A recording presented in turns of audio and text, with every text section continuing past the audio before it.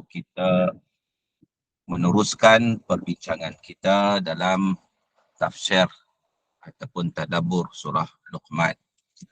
Yang mana surah Luqman yang berada pada juzuk yang ke-21 yang merupakan surah yang ke-31, iaitu surah Makkiyah, surah yang diturunkan sebelum hijrah Nabi SAW yang mengandungi 34 ayat.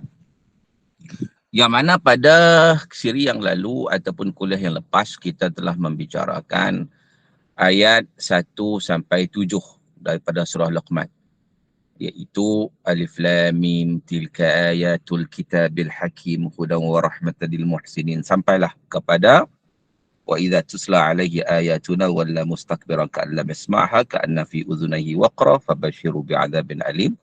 Kita telah menceritakan tentang bagaimana isu-isu yang ada dalam ayat 1 sampai 7 ini, isu-isu yang berkaitan dengan Al-Quran yang memberi hidayah, dan mereka yang menolak Al-Quran, yang mengambil hiburan, nyanyian dan perkara-perkara lara yang lain untuk menggantikan dengan Al-Quran. Maka mereka itu dikhabarkan dengan azab yang pedih di sisi Allah Subhanahu Wa Taala di hari akhirat kelak. Baik, kita tak nak ulang baliklah apa yang dibincangkan pada siri yang lalu. Hari ini kita nak sambung lagi ayat yang ke-8. Ayat yang ke-8 insya-Allah. A'udzubillahi minasyaitonirrajim. Bismillahirrahmanirrahim. Innal ladzina amanu wa 'amilus solihati lahum jannatun na'im khalidina fiha wa'dallahi haqqan wa huwal azizul hakim. Kita tengok itu ayat dulu. Iaitu Allah Subhanahu Wa Taala menyatakan bagaimana sesungguhnya orang yang beriman. Innal ladzina amanu, sesungguhnya orang yang beriman. Bagaimana orang beriman itu? Iaitu orang yang beriman dengan sempurna, yang tidak syirik kepada Allah Subhanahu Wa Taala, yang sebenar-benar beriman. Yang mana mereka itu tidak melakukan syirik pada Allah. Wa amilus salihat, dan mereka juga beramal soleh. Orang yang beriman, iman ni pula dia punya konsep dia mesti berpaksikan kepada ilmu. Iman tu tak datang begitu saja. Keyakinan begitu tidak. Dia datang keyakinan berasaskan kepada ilmu. Wa amilus salihat, dan mereka mengerjakan amal soleh, maknanya bukan takat beriman, tapi mereka menunjukkan tanda iman mereka itu dengan mengerjakan amal soleh, amal kebaikan dan ibadah kepada Allah Subhanahu Wa Taala. Yang bertepatan dengan Quran dan juga sunnah Rasulullah SAW. Kadang-kadang ada orang dia ingat amal tu baik, amal dia soleh, tapi tak soleh. Sebab apa? Sebab dia tidak berasaskan kepada petunjuk Nabi SAW. Banyak juga yang berlaku, contohnya kadang-kadang ada yang rasa bagaimana macam semalam hari Rabu terakhir pada bulan Safar. Dia anggap bahawa dia buat satu amalan tolak bala dan sebagainya. Dia ingat itu amalan soleh, tapi dia bukan amalan yang soleh. Sebab apa? Sebab dia bercanggah dengan sunnah Rasulullah SAW. Nabi tak pernah mengajar pun bahawa bulan Safar ni bulan yang turun padanya 320,000 bala sebagaimana yang diwar-warkan.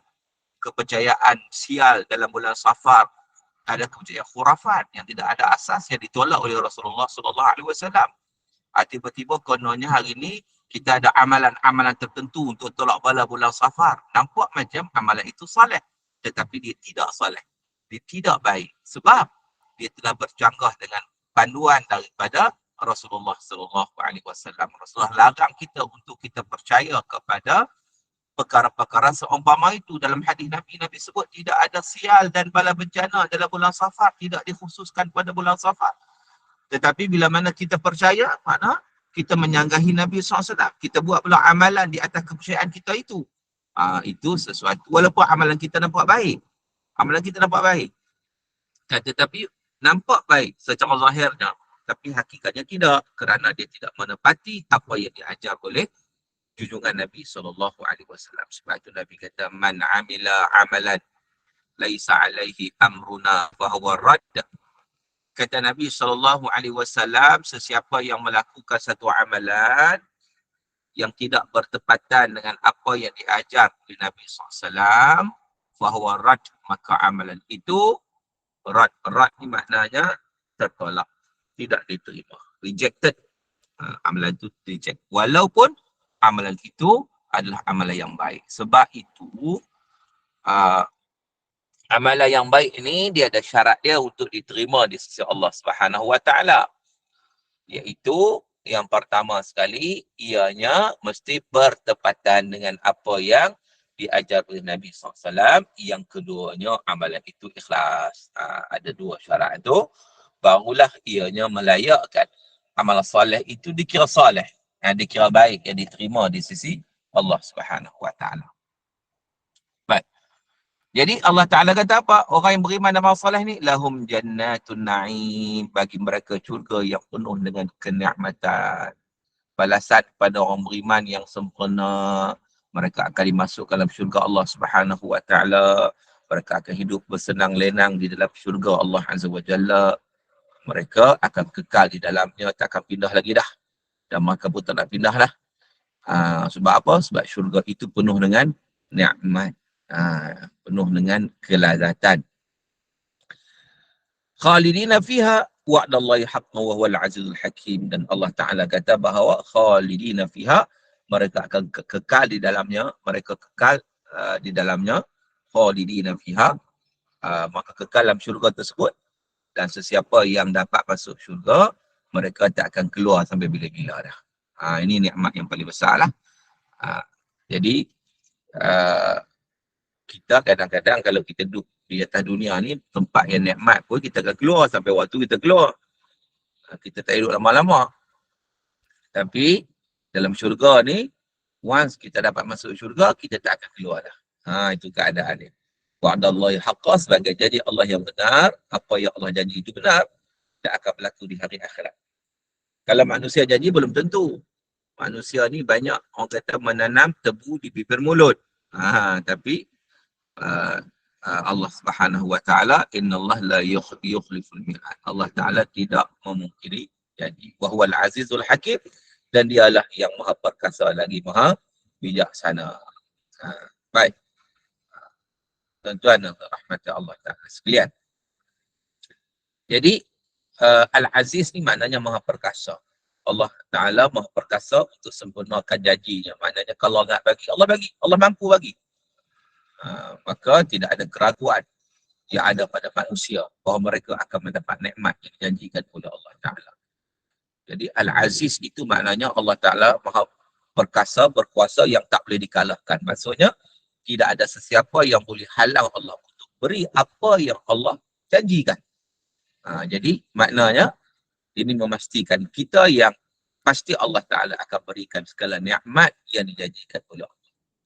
Dan Allah bijaksana untuk memberi nikmat itu. Al-Hakim. Allah bijaksana nak bagi nikmat itu kepada siapa.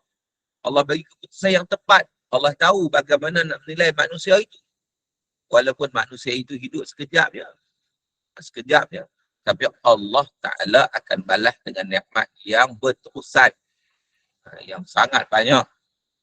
Sebab apa? Sebab Allah Ta'ala tahu siapa yang layak dan bagaimana nak memberi ganjaran kepada orang yang layak tersebut. Jadi Allah Ta'ala Al-Hakim, bijaksana. Maknanya Allah Ta'ala tak akan bagi kepada orang yang tidak layak. Baik. Kemudian kita lihat ayat yang ke-10 dan ayat yang ke-13. Iaitu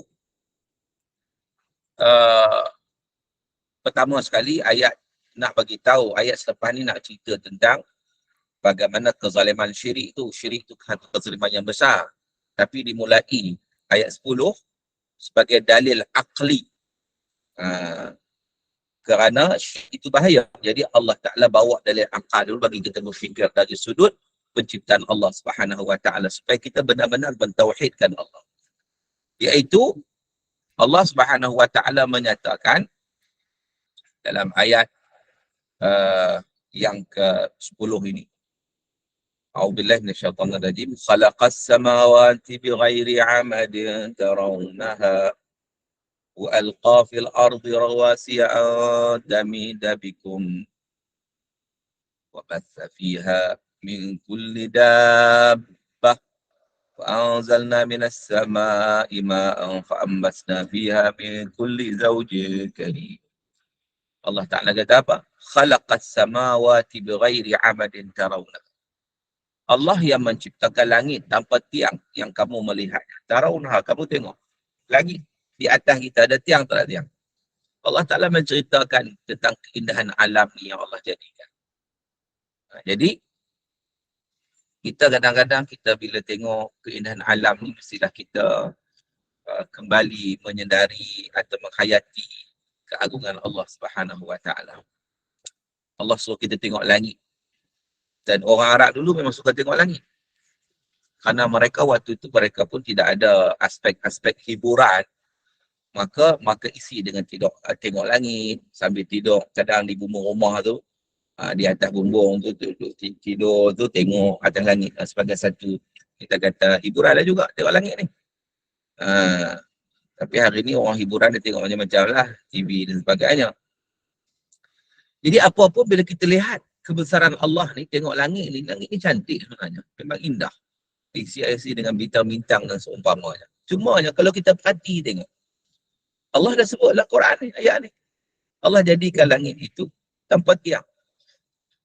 Ataupun mungkin juga maksud dia, Allah jadikan langit itu dengan tiang tapi kita tak nampak. Itu maksud dia. Sebab khalaqas samawati bighairi amadin tarawnaha. Allah Ta'ala kata, Allah menciptakan langit tanpa tiang yang kamu melihatnya. Tanpa tiang yang kamu melihatnya, maknanya pertama mungkin tak ada tiang sungguh, memang tak ada. Memang tak ada tiang. Sebagaimana kita lihat. Ataupun maksud dia, Allah jadikan langit itu ada tiang tapi kita tak nampak. Yang kita dapat tak ada tiang. Dan ini kedua-dua pandangan dipegang oleh para mufassirin. Ada pegang pandangan yang pertama, ada pegang pendapat yang kedua. Dan ada juga Qatadah dia kata langit tidak punya tiang, baik yang tidak terlihat maupun yang terlihat. Ibn Abbas, Ikrimah, dia kata langit punya tiang, ada tiang, tapi manusia tak nampak. So ada dua pandangan situ. Khalaqas samawati bighairi amalin tarawnaha tu ada dua pandangan. Allah Ta'ala cipta langit yang tanpa tiang yang kamu melihatnya itu, dua pandangan. Satu pandangan kata memang tak ada tiang sungguh, kita bagaimana kita tengok. Satu lagi ada tiang tapi kita tak nampak. Yang pertama. Wa alqa fil ardi rawasiya an tamida bikum, dan dia meletakkan gunung-gunung di permukaan bumi supaya bumi itu tidak menggoyangkan kamu. Lepas Allah Ta'ala suruh kita tengok langit, Allah suruh kita tengok bumi pula. Tengok atas muka bumi ni. Tengok pada gunung ganang yang sangat hebat, yang sangat gagah.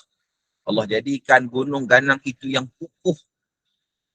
Yang gunung ganang ni mana bergoyah. Kalau ditip angin ribut macam mana aku duduk begitu ya. Sebenarnya gunung ganang ni Allah Ta'ala ciptakan sebagai pasak. Sebagai pasak bumi. Untuk supaya bumi ni tidak bergerak. Dan orang Arab memang maka suka tengok gunung ganang ni. Tengok gunung ganang. Jadi Allah Ta'ala suruh tengok supaya melihat kebesaran dan keagungan Allah. Wa batha fiha min kulli dabbah, dan memperkembangkan biak padanya segala macam jenis haiwan. Di atas bumi yang luas ini Allah jadikan pelbagai jenis kehidupan. Ada pelbagai jenis haiwan yang kita boleh lihat setiap hari. Hari ini kita boleh tengok zoo lah. Kita boleh tengok zoo macam-macam haiwan tu ada kan. Tapi banyak lagi kalau di Afrika tu banyak haiwan-haiwan liar yang hidup berkeliaran.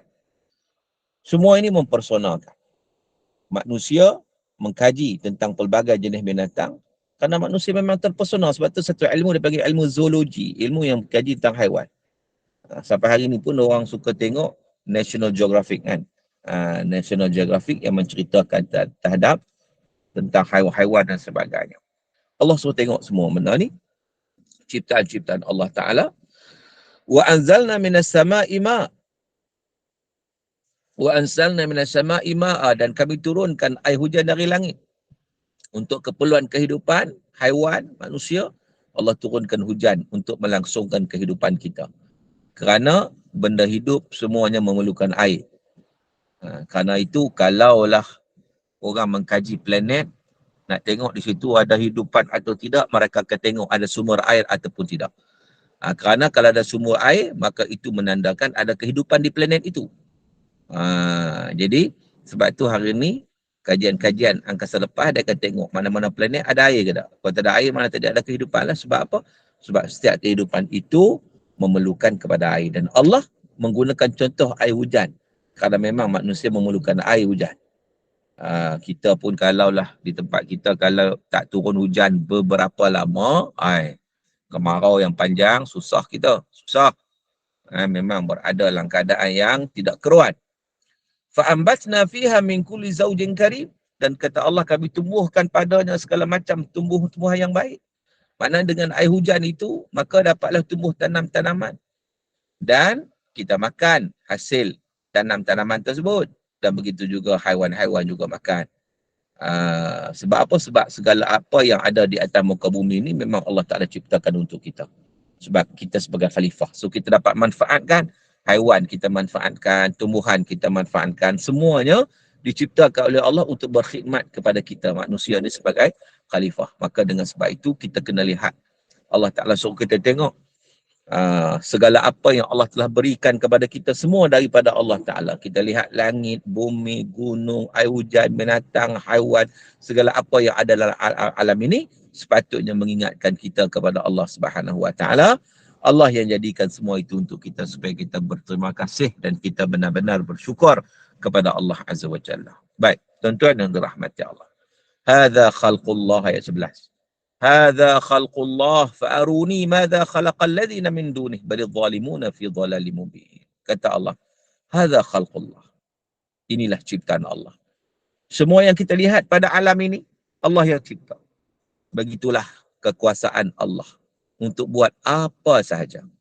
Begitu hebatnya alam ini, maka tahulah kita yang menjadikan lebih hebat, iaitu Allah Subhanahu Wa Ta'ala. Tidak terbayang oleh kita bagaimana keagungan kehebatan Allah Ta'ala. Kita tak dapat melihat khaliq, tapi kita dapat lihat makhluk yang dicipta oleh Allah Ta'ala. Jadi kita belajar tentang khaliq dengan melihat makhluk. Kita mengenal Allah dengan melihat makhluk.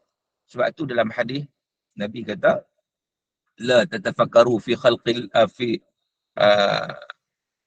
fil khaliq wa inma apa hadis itu, tafakkaru fil makhluqat.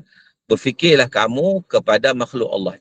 Jangan berfikir, jangan kita kata kita boleh berfikir mencari mengenal Allah Ta'ala dengan melihat kepada makhluk. Sebab kita tak mengetahui hakikat khaliq, kita tak melihatnya, tapi kita melihat pada makhluk-makhluk yang diciptakan oleh Allah Subhanahu Wa Ta'ala. Jadi tuan-tuan, Allah ingatkan kepada kita yang semua ni makhluk ciptaan Allah.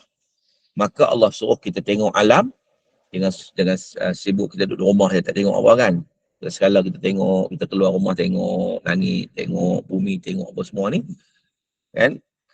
Dan Allah Ta'ala kata, fa'aruni madza khalaqal ladzina min dunih. Okey, perlihatkan olehmu kepadaku apa yang telah diciptakan oleh selain daripada Allah.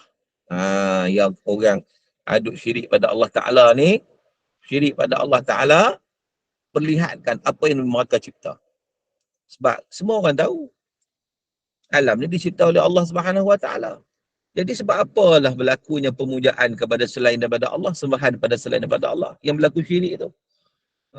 Sedangkan mereka tahu tidak ada yang mencipta semua yang ni melainkan Allah Subhanahu Wa Ta'ala saja. Tetapi adanya manusia yang memuja dan menjadikan selain daripada Allah sebagai Tuhan dia. Maka Allah tanya balik kepada mereka itu, yang selain daripada Allah boleh ke buat alam ini? Kalau ada, fa'aruni, tunjukkan ke aku mana satu yang mereka cipta. Baik. Balidh zalimuna fi dhalalim mubin. Kata Allah, sebenarnya orang yang zalim itu berada dalam kesesatan yang nyata. Sebab apa?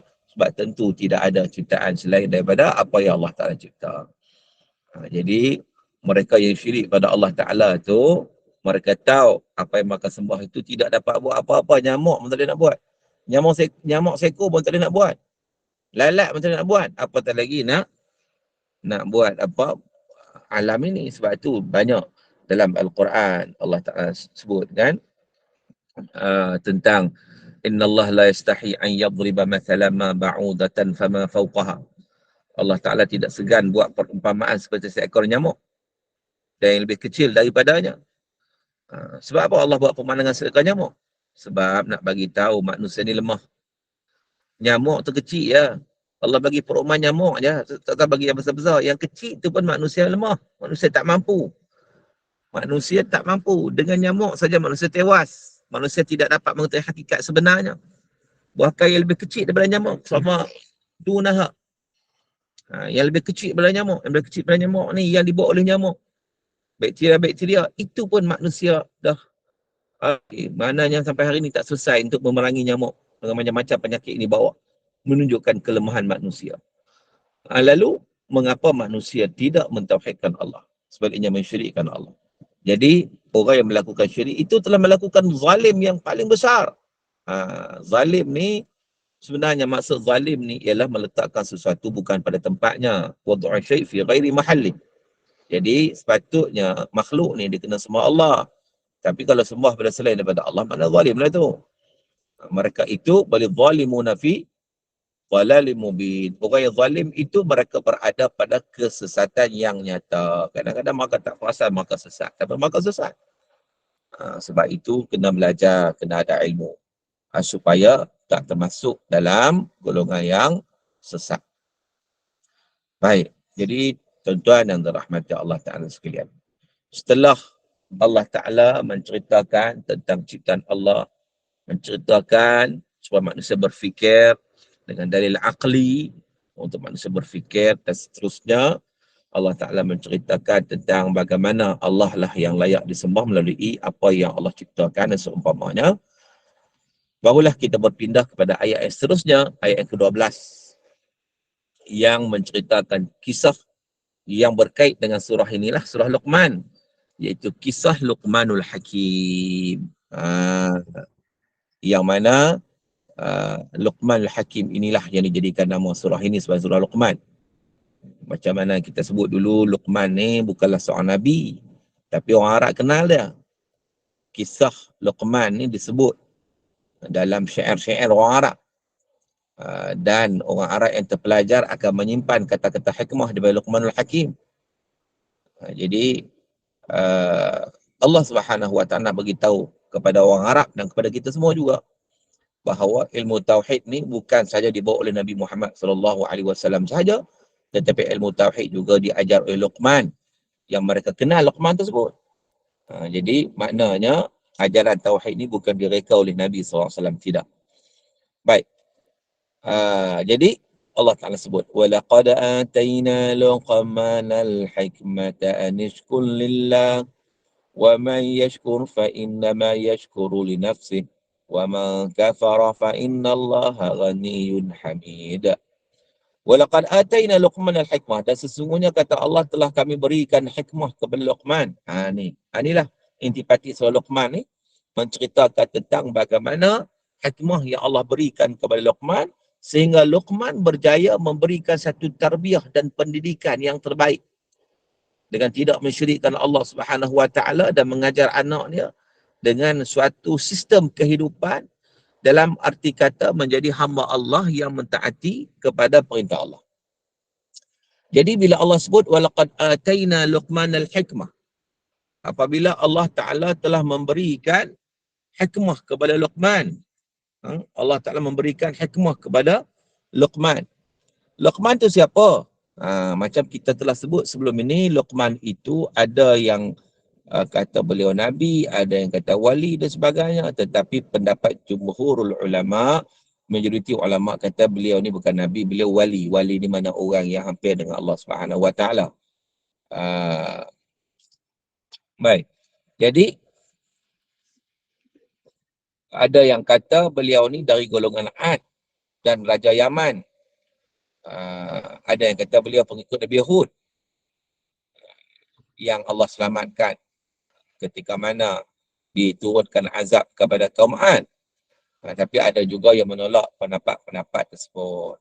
Jadi kita tak perlulah mendalami. Sebenarnya kita tak dituntut nak mencari betul-betul siapa beliau ni, macam mana keadaan. Kerana yang penting apa nak disampaikan, hikmah itu. Bukannya persona orang itu, tidak. Sebab itu kadang-kadang dalam Quran ni Allah Ta'ala tak perincikan. Bila disebut tentang seseorang, tak diperincikan orang tersebut. Sebab bukan pentingnya orang itu, pentingnya apa yang nak disampaikan. Baik. Jadi Allah bagi tahu bahawa Allah telah beri kebijaksanaan kepada Luqman. Walaqad ataina Luqman al-hikmah. Allah bagi hikmah. Hikmah ni kebijaksanaan. Hikmah ni juga bermaksud pengetahuan tentang agama. Begitu. Jadi Allah ingatkan yang kebijaksanaan yang ada pada Luqman itu Allah yang bagi. Bukan datang dengan sendiri. Baik. Untuk apa? Anishkulillah. Iaitu bersyukurlah kepada Allah. Jadi dengan sumber kebijaksanaan yang Allah Ta'ala bagi itu, Allah ingatkan untuk sebenarnya tujuannya untuk apa? Bersyukur kepada Allah Ta'ala. Dan inilah salah satu hikmah juga. Orang yang ada hikmah, dia nampak kepentingan bersyukur. Memang kita kena bersyukur dan kita kena merendahkan diri. Iaitu sedar apa yang ada pada kita bukanlah daripada kelebihan diri kita sendiri. Tetapi semua diberikan oleh Allah Subhanahu Wa Ta'ala. Jadi kepahaman ini akan membuatkan seseorang itu dia ada sifat tawaduk, dia merendahkan diri. Kadang-kadang ada orang yang dia cerdik. Kita pun itulah dia cerdik, tapi cerdik dia itu siapa yang bagi sebenarnya. Sebab itu orang cerdik pun dia tidak boleh berbangga diri. Kerana dia tahu bahawa kecerdikan itu satu kurniaan yang diberikan oleh Allah Subhanahu Wa Ta'ala. Dan orang mukmin ialah orang cerdik, insya-Allah. Dan bila mana cerdik, dia akan syukur dan rendah diri. Kedua-dua sifat ni, syukur dan rendah diri, dia berkait rapat di antara satu sama lain. Dua-dua sifat ni. Dan kerana orang rendah diri, dia akan bersyukur kalau ada apa kelebihan pada dirinya. Dia tak jadi bongkak, tak jadi sombong. Tapi kalau orang yang tak nak rendah diri ni, bila orang puji sikit dia rasa diri dia lebih, dia akan bongkak, dia sombong. Dia tidak reti nak bersyukur kepada Allah Subhanahu Wa Ta'ala.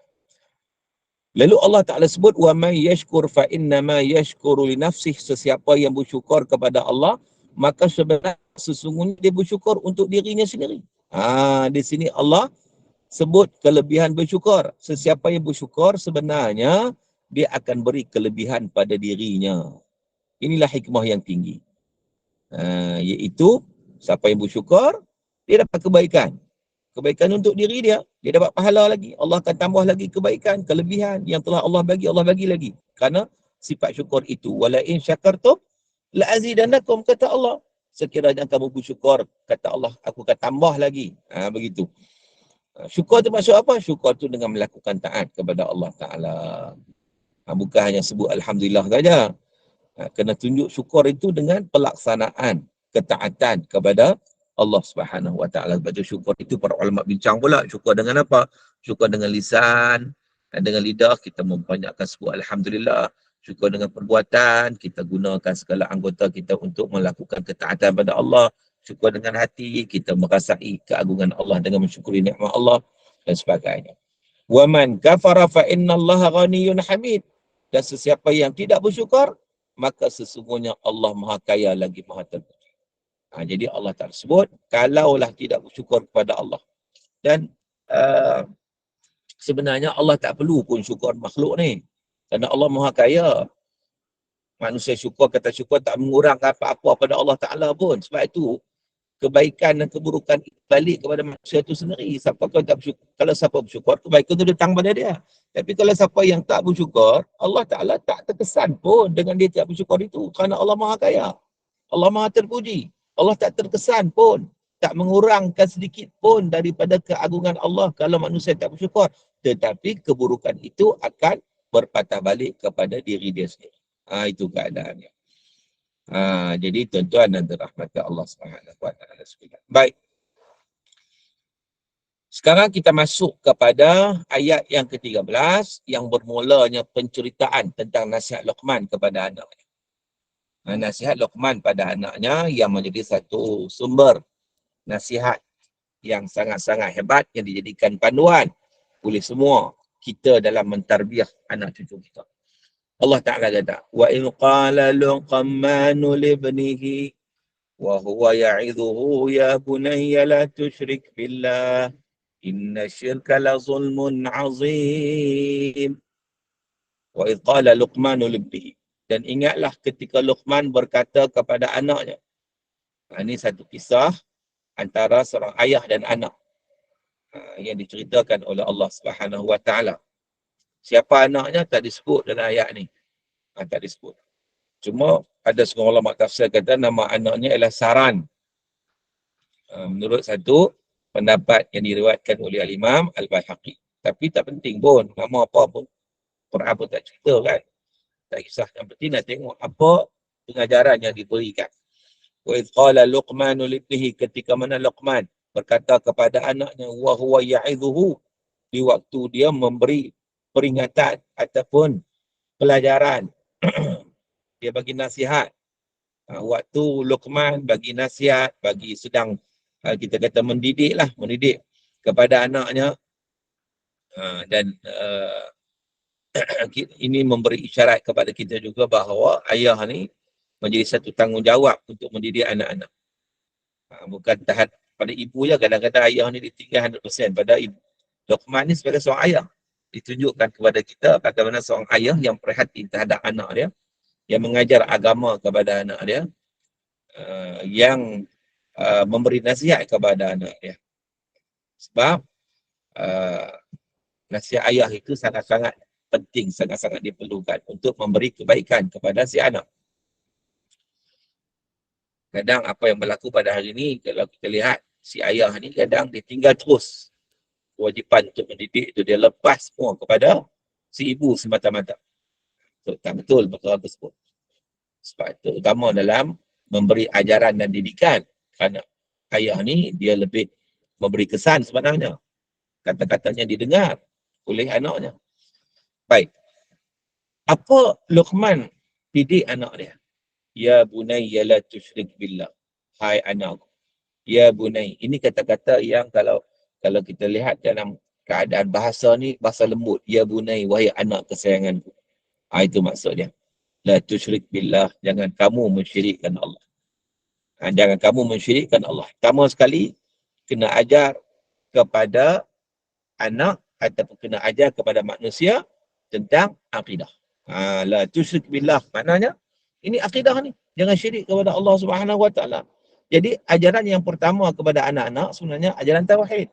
Sebagaimana yang para hukama menyatakan bahawa awwaluddin ma'rifatullah. Awal agama kenal Allah. Tapi kita pada hari ini kadang-kadang kita tak fokus sangat isu tauhid ni pada anak-anak. Kita hanya fokus isu ibadat saja. Memanglah ibadat itu penting, kita tak dapat nafikan. Tetapi tauhid itu sebagai asas dan paksi kepada ibadat tersebut. Dan belajar tauhid ni juga kena perbetulkan akidah supaya tidak syirik kepada Allah Subhanahu Wa Taala. Maka dengan sebab itu, dalam isu utama dalam tauhid ialah berkaitan dengan syirik. Sebab itu kadang-kadang ada orang ni bila dia tak fokus soal tauhid ni, dia baik bukan tak baik, tapi dia melakukan syirik kepada Allah Subhanahu Wa Taala. Jadi Luqman dalam ayat ni sebut dengan lembut, ya bunai, wahai anak kesayanganku. Maknanya nak mengajar ni janganlah mengajar tu sekadar mengajar, tetapi mengajar itu dalam kasih sayang. Mengajar dengan kasih sayang, guna kata-kata yang lembut, jangan guna kata-kata yang kesat. Walaupun dia anak kita kan, tapi suka kita lah. Ni anak kita, anak kita tunjukkan kelembutan.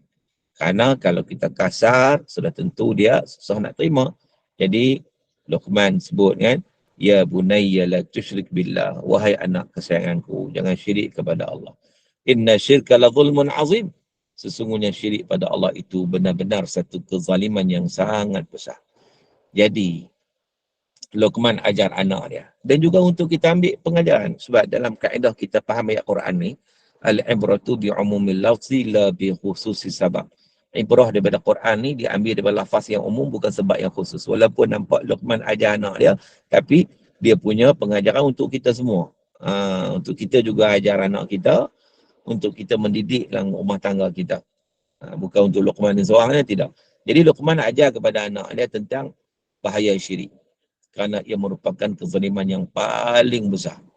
Kita sebut zalim ni, kita tahu zalim benda yang tak elok kan, benda teruk kan. Dan zalim yang paling besar adalah syirik kepada Allah Subhanahu Wa Taala. Zalim ni macam kita sebut tadi, wad'u syai' fi ghairi mahallihi, meletakkan sesuatu bukan pada tempatnya.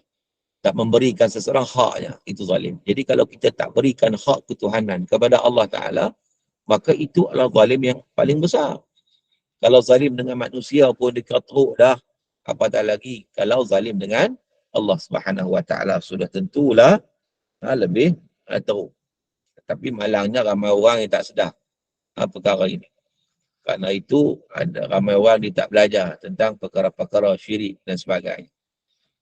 Jadi tuan-tuan yang dirahmati Allah Ta'ala sekalian, dan ramai juga yang tak tahu bahawa zalim itu, yang zalim yang paling besar adalah syirik kepada Allah Subhanahu Wa Ta'ala. Sebab itu kalau kita lihat ya, manusia ni bila mana dia melakukan kezaliman, dia melakukan satu dosa yang sangat besar. Zalim ni kita sebut kata zalim, kita tahu dah teruk kan.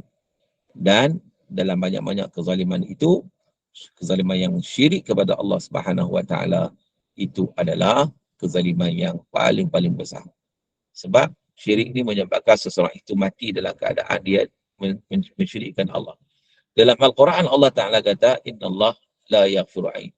Inna Allah la yaghfiru an yushraka bih wa yaghfiru ma duna dhalika liman yasha. Allah Taala tidak mengampunkan dosa orang yang syirik kepada Allah. Ini kena faham ayat ni ya, dalam surah Nisa. Allah Taala kata innallaha la yaghfiru an yushraka bih. Allah Taala tidak mengampunkan dosa orang yang syirik kepada Allah Taala. Wa yaghfiru ma duna dhalika liman yasha, dan Allah Taala mengampunkan dosa selain daripada syirik bagi sesiapa yang Allah Taala kehendaki. Kadang-kadang ada orang silap faham, dia kata ustaz saya penuh syirik pada Allah ni, macam mana ni Allah tak ampun dosa. Kena faham maksud ayat tu. Ayat itu menceritakan kepada kita bahawa Allah Subhanahu Wa Taala tidak mengampunkan dosa orang yang mati dalam keadaan syirik. Itu maksud dia. Sebab selagi mana nyawa masih lagi di kandung badan, ada ruang kepada kita untuk kita bertobat kepada Allah dan kembali kepada jalan. Ada ruang. Lagi mana kita bernafas. Walau dosa apa yang kita lakukan sebelum ini. Ada orang pula dia take for granted, dia ambil mudah. Kalau aku tak apa, nanti aku tobatlah, nantilah lagi pun dosa syirik pun Allah ampun, dosa apa pun Allah ampun. Dia menangguh-nangguhkan taubat, sedangkan dia bukan tahu dia nak mati bila. Dan biasanya manusia ni bila dia terlalu banyak dosa, memang menjadi kesukaran kepada dia untuk bertobat pada Allah. Memang begitu. Sebab benda kotor ni, contoh macam kita masak lah kan, periuk kita tak pernah cuci. Hitam dia tu kalau kita nak cuci, bukan yang senang, susah. Begitulah dosa-dosa. Bila mana kita buat dosa, kita kata mudahlah, aku minta ampunlah pada Allah. Memang mudah nak minta ampun, tetapi kekuatan nak minta ampun tu perlu kepada keimanan. Keimanan itu dia akan dipadamkan ataupun digelapi dengan dosa-dosa dan noda. Dia bila melakukan dosa ada nuktatun sauda, ada titik hitam dalam diri dia. Titik hitam tu menyebabkan bila lama-lama dia berkembang, dia akan menutup pintu hati dia, menyebabkan memanglah kita kata memanglah boleh bertaubat, tapi dia tak bertaubat pun. Lepas tu kita tengok orang, ada orang ni tak ada keinginan nak bertaubat. Sampai umur tua pun tak ada keinginan nak bertaubat. Ada orang umur dah tua, orang kata mati tu anytime lah, orang tengok dia pun tahulah, ni nampak cara nak mati dah tu. Tapi tak bertaubat juga. Sebab apa? Sedangkan dia tahu Allah Maha Pengampun lagi Maha Penyayang, Allah akan terima. Sebab sebenarnya dosa dia dah banyak. Dia sukar nak melakukan kebaikan, sukar nak bertaubat. Sebab itu kita jangan ambil mudah. Walaupun kita tahu bahawa apa-apa dosa pun Allah Ta'ala akan ampunkan kalau kita benar-benar ikhlas kepada Allah. Namun begitu, ia perlu pada kekuatan keimanan. Kekuatan keimanan ni perlu pada hati yang bersih. Hati yang bersih ni mestilah hindar daripada segala noda dan dosa. Kalau tidak, ia memberi kesan yang besar kepada seseorang dalam nak melakukan perubahan pada diri dia. Baik. Tuan-tuan, sahabat-sahabat yang dirahmati Allah Subhanahu Wa Ta'ala sekalian. Jadi, nasihat yang pertama kepada Luqman kepada anak dia, dan satu nasihat ini juga yang perlu kita ambil dalam kehidupan kita, bahawa Yang pertama soal akidah, merupakan soal yang sangat penting. Akidah ni juga membicarakan tentang syirik lah. Jangan syirik kepada Allah Subhanahu Wa Taala. Sebab macam ayat yang kita sebut tadi, Allah Taala kata, Innallah la yaghfiru an yushraka bihi. Allah Taala tidak mengampunkan dosa orang yang mati dalam keadaan syirik. Tetapi Allah mengampunkan dosa selain daripada syirik bagi sesiapa yang Allah Taala kehendaki. Selain syirik ni Allah Taala akan ampunkan. Ikut kehendak Allah lah, Allah akan ampunkan. Tapi kalau syirik, Allah Ta'ala tak akan ampunkan. Maksud dia, kalau mati dalam keadaan syirik, mati dalam keadaan tak beriman pada Allah. Sebab itu dalam hadis, Nabi kata apa? Man akhiru kalamihi la ilaha illallah dakhal jannah. Sesiapa yang akhir kalamnya, la ilaha illallah. Maknanya akhir kalam tu, last word dia, di penghujung hidup dia tidak syirik pada Allah. Itu maksud man akhiru kalamihi la ilaha illallah. Siapa yang akhir kalamnya la ilaha illallah, maknanya dia mati dalam keadaan tidak syirik pada Allah, dia mati dalam keadaan beriman kepada Allah, dakhalal jannah. Orang inilah yang melayakkannya untuk masuk syurga. Dakhalal jannah, masuk syurga. Jadi tuan-tuan yang dirahmati Allah Subhanahu Wa Taala sekalian. Itulah banyak lagi ni nasihat Luqman ni. Itu kita lihat nasihat yang pertama Luqman. Jangan syirik pada Allah Ta'ala yang berkisar tentang perkara tauhid secara langsungnya. Dan di situ juga kita mengetahui bahawa tauhid itu merupakan perkara yang paling penting di dalam kehidupan kita. Ia merupakan perkara asas. Mula-mula sekali, kena adalah hidup kita tauhid dulu. Dan kita hendaklah menekankan soal tauhid dalam kehidupan kita, anak-anak kita. Ajar mereka untuk kenal Allah Subhanahu Wa Ta'ala. Jadi bila kenal Allah ni, walau kita berada di mana sahaja, kita akan ada keterikatan dengan Allah Azza wa Jalla. Kita dapat merasakan bagaimana Allah itu, kita dapat merasakan bagaimana Allah itu pencipta kita, bagaimana kita ni merupakan hamba Allah Ta'ala yang wajib mentaati segala perintah Allah. Baik, apapun tuan-tuan, saya rasa cukup lah kot. Sekadar itu banyak lagi yang kita bincang soal Luqman. Nanti kita akan sambung apakah nasihat-nasihat Luqman seterusnya kepada anaknya. Kita akan sambung insya-Allah. Dan kita nak buka kepada sesi yang kedua, sesi persoalan. Wassallallahu ala sayyidina Muhammadin wa ala alihi wa sahbihi wa baraka wa sallam. Baik, Ustaz buka soalan bagi yang nak bertanya. Sebarang persoalan, silakan.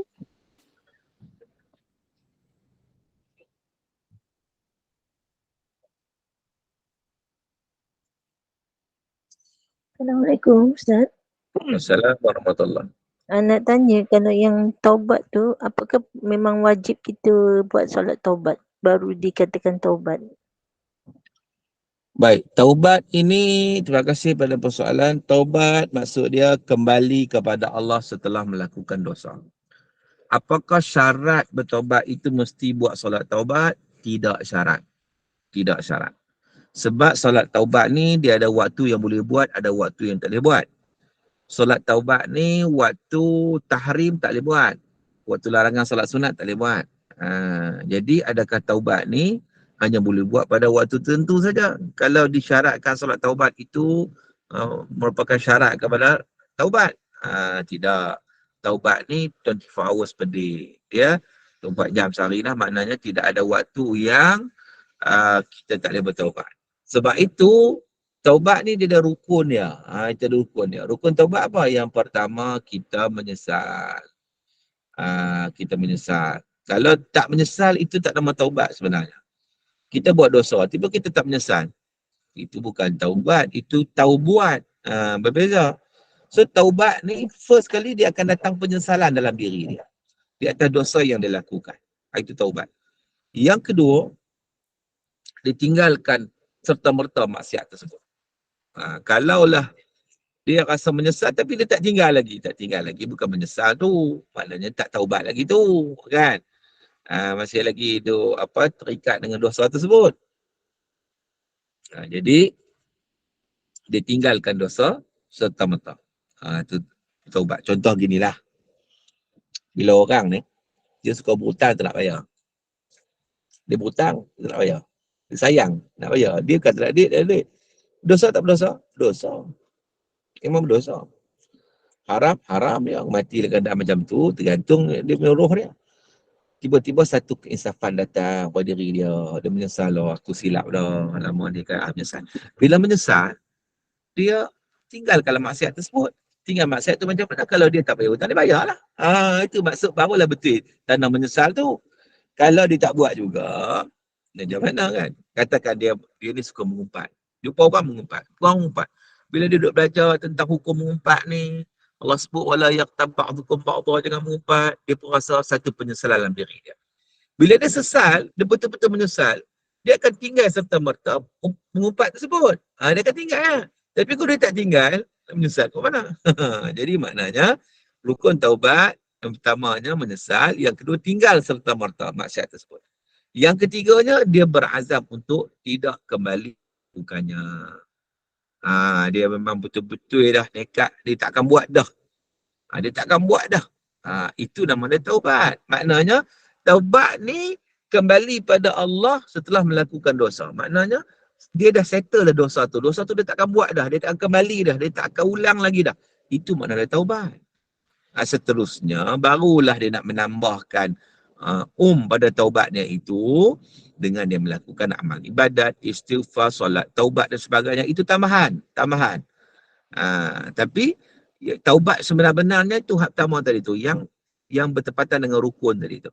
Rukun taubat menyesal, kemudian tinggal serta-merta dan berazam untuk tidak kembali melakukan dosa. Kalau kesalahan dengan manusia, tambah satu lagi, kembalikan hak manusia tu kepada yang empunyanya. Kalau kita ambil hak dia, macam tadi berhutang ke apa-apa, kita kena bagi balik. Begitu. Itu maksud dia taubat. Lepas pada tu, kita memperbanyak amal soleh lah untuk mengukuhkan taubat kita. Termasuklah solat-solat taubat dan sebagainya. Tapi bukan syarat lah solat-solat taubat tu. Taubat tu termasuk solat-solat taubat tu komponen taubat, tidak. Dia tak syarat. Tapi itu lebih kita kata sebagai setelah kita bertaubat, kita tinggalkan dosa. So, vacuum kita tu kita nak kena isi dengan amal soleh. Antaranya istighfar, solat-solat taubat, amal soleh yang lain dan sebagainya. Wallahu a'lam. Ustaz. Assalamualaikum Ustaz. Wassalam.